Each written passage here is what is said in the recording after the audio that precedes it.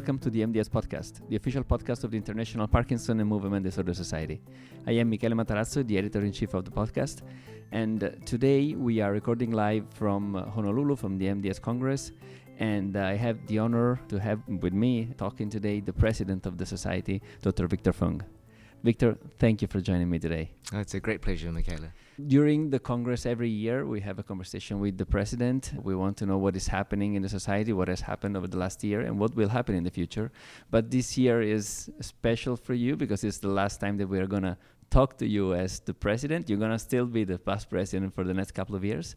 But next year, we're going to be interviewing someone different. So let's talk first about the past and let's see what you think are the greatest achievements of these 2 years of presidency. Mm-hmm. No, thank you, Michele. The first thing to say is that the MDS is a huge organization, and so I don't regard any achievements as being mine. I often say that what has really attracted me to work with and for the MDS is that the MDS is a can-do organization, and with the MDS, thought translates into action. And so it's not a matter of groups of people sitting around talking and nothing getting done. And the action is actually carried out by all of our volunteers, over 750 members who do volunteer in groups and committees and so on for the MDS, and also, of course, our secretariat as well. So the things that I had really wanted to try to drive at the beginning of my presidency 2 years ago were equality of access to care, to increase engagement of the MDS with patients and carers. And the third thing that I really was hoping to do was to increase the equality of representation geographically of our members in the activities of the MDS. We've created the Committee for Equality of Access to Care, and one of the things that we've helped to achieve, it's not been a solo achievement, but we actually have helped to re-establish the supply of levodopa in Laos as an example. I think we'll almost achieve changing the way that levodopa is made available to patients in Bolivia.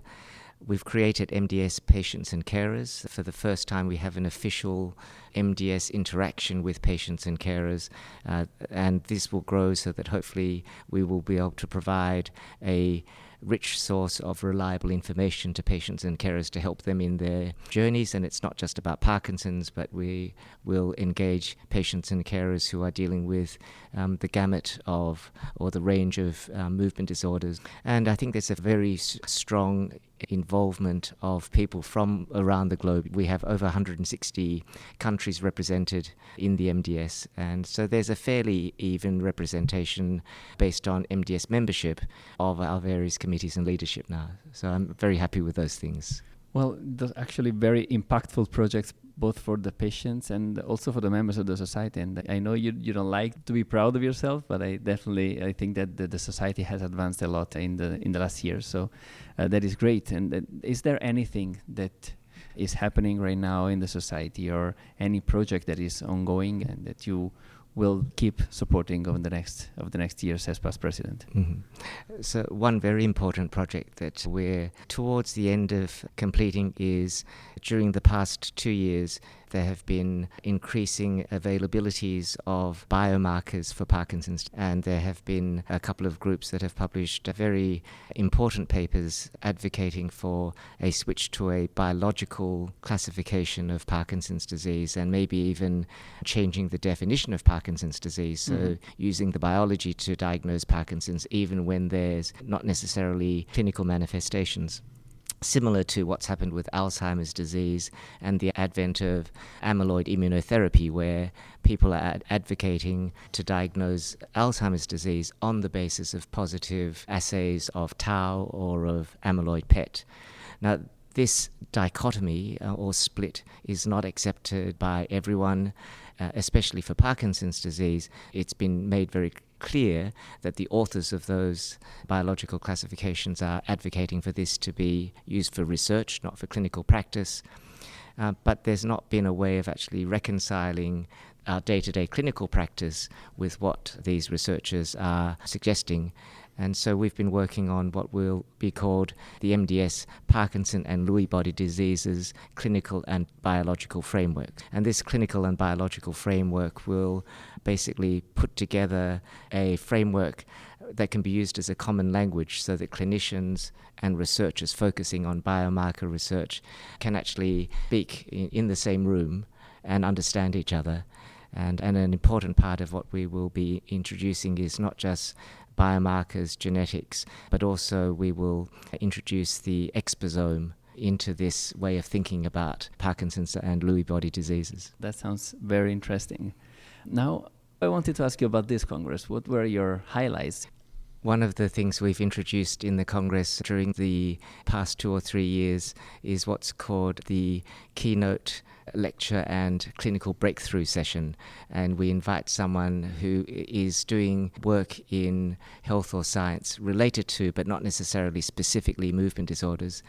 This year we had an incredibly inspirational and exciting talk from Sergio Pasca, who's working with organoids and assembloids. So basically growing human neuronal structures that can be used to advance therapeutics and our understanding of pathophysiology of disease.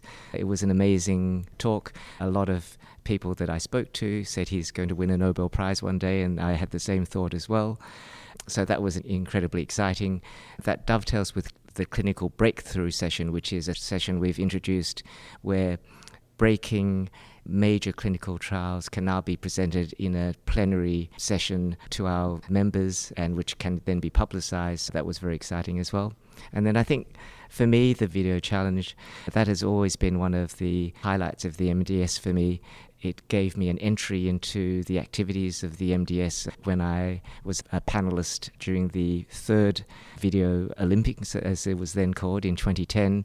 And so it was my great honor and pleasure as my last official act as president to award the medals to the winners of the presentations at last night's video challenge. So that was a great honor, and I was very pleased to have the opportunity to do that. Perfect, thank you. And actually, the keynote lecture is going to be available also online after the Congress? The plenary sessions are being recorded and should be available. Okay.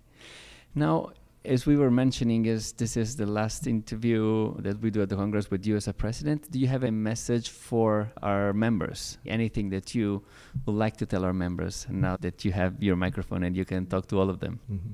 The few messages I would have would be, first, a message of thanks, because I truly am grateful for all the work that our members do, but also for the trust and the honor of having had the chance to lead the MDS on their behalf. The second thing is to just continue to work passionately and to follow their heart in terms of how they want to approach their mission as a doctor or healthcare professional. I think at the end of the day, the most important thing, if you're a doctor, is looking after your patients. Mm-hmm. And everything we do is geared at trying to make that better for patients and for carers. And it doesn't matter whether you're a practicing doctor in private practice, an academic researcher, an allied health professional, a scientist working in the laboratory. That's our final common pathway in terms of what we want to try to achieve, helping patients and carers. No matter what you're doing, you're playing an important part, and keep doing it with passion. And if you want to be involved in MDS activities, please just let leadership know that you have that interest, because we welcome contributions from our volunteers. Perfect. And we're getting towards the end of this interview, and you know that next year in Seoul, Korea, for the MDS Congress of 2026, we're going to be interviewing David Byrne, who is now, and just for a few more minutes, the president-elect, and is going to be the president then. Is there any message that we want us to give him when we interview him next year? Apart from a big thank you from me, David is an outstanding person, and he has taken a bit of a sidestep into an academic university administrative and research career in recent years. But for a long time I followed him in important positions, the Congress Scientific Program Committee Chair, the Treasurer of the MDS. And so I learned an incredible amount about leadership and was inspired by him. I have no advice to give him except to say, don't follow me, because I've been following him. That will be a circle. Okay, thank you very much, Victor, for being with us today. And thank you for these years and all the work you've done, and you will continue doing, of course, for the society. Let's end this interview with the Hawaiian way. Mahalo. Thank you. Mahalo. And thank you all for listening. The views and opinions expressed by the participants in this podcast do not necessarily reflect those of the International Parkinson and Movement Disorders Society or their affiliated journals, Movement Disorders and Movement Disorders Clinical Practice. Any disclosures of the participants can be found within the episode description located on the MDS website.